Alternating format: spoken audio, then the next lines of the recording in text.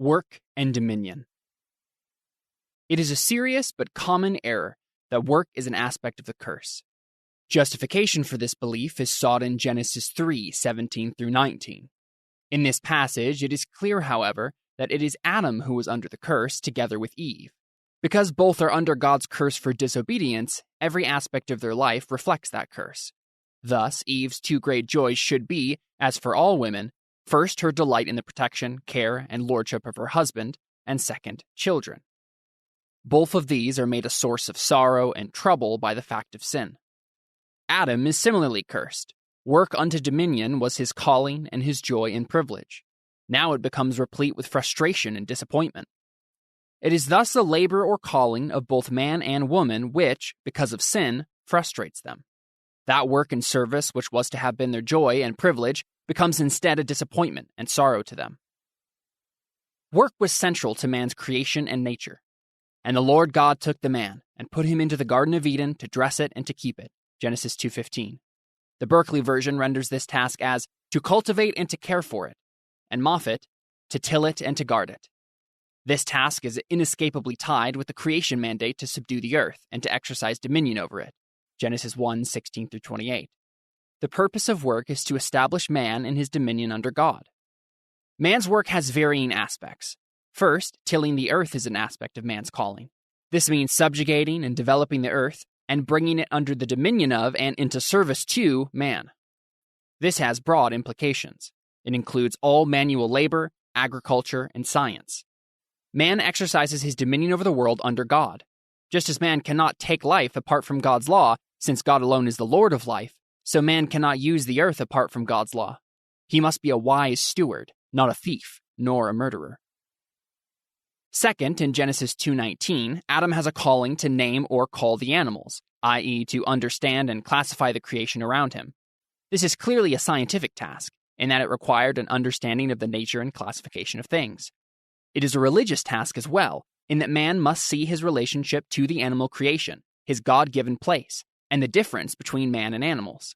The animals are to be seen in relationship to man, and in relationship to God and his purposes. Third, man was only given his helpmeet after he had proven himself in his work. Thus, Adam was deemed ready for marriage not when he was physically mature, but when he had attested maturity in terms of his work.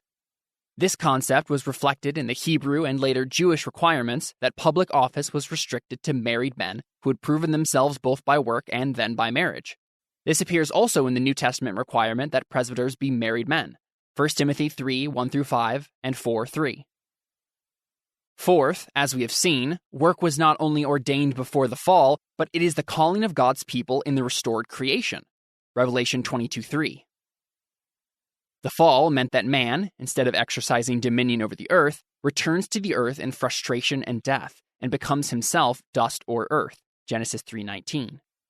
Having sought to be God by his rebellion, Genesis 3:5, man becomes again dust, returning to the ground he should have governed under God.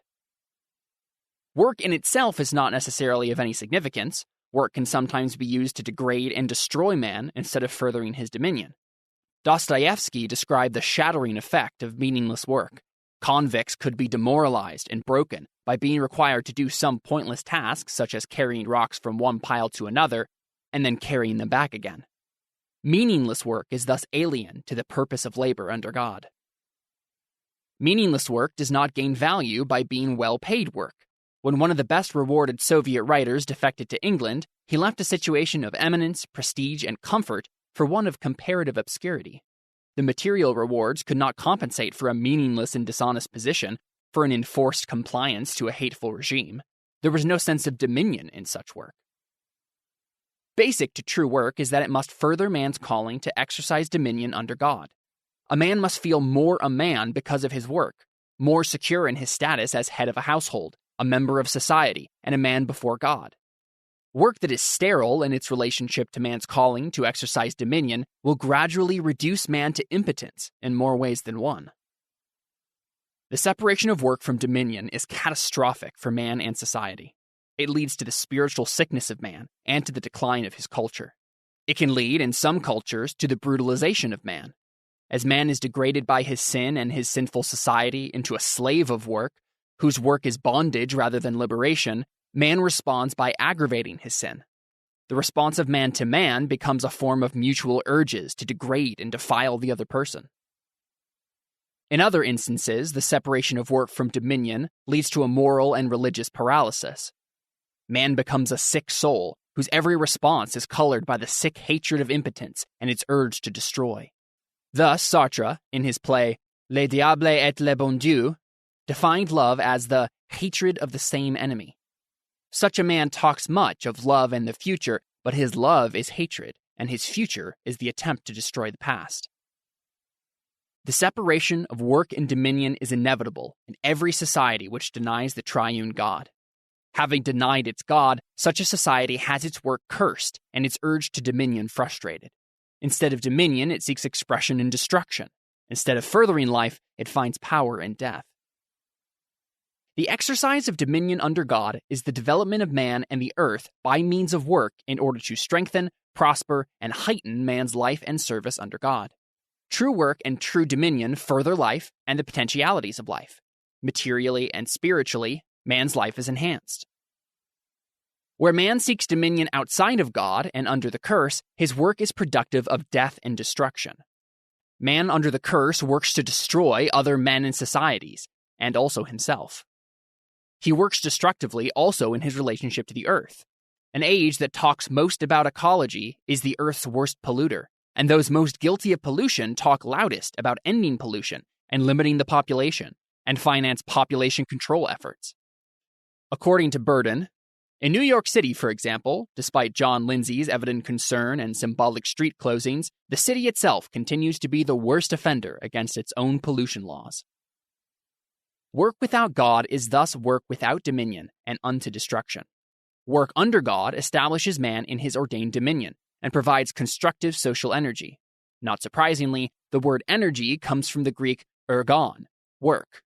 The word for dominion in the Greek is kratos, force, strength, power, and comes from the root kra, to perfect, to complete. Creator is probably a related word. Create comes from the Latin creatus, creare, to create, and is related to the Armenian serem, I bring forth.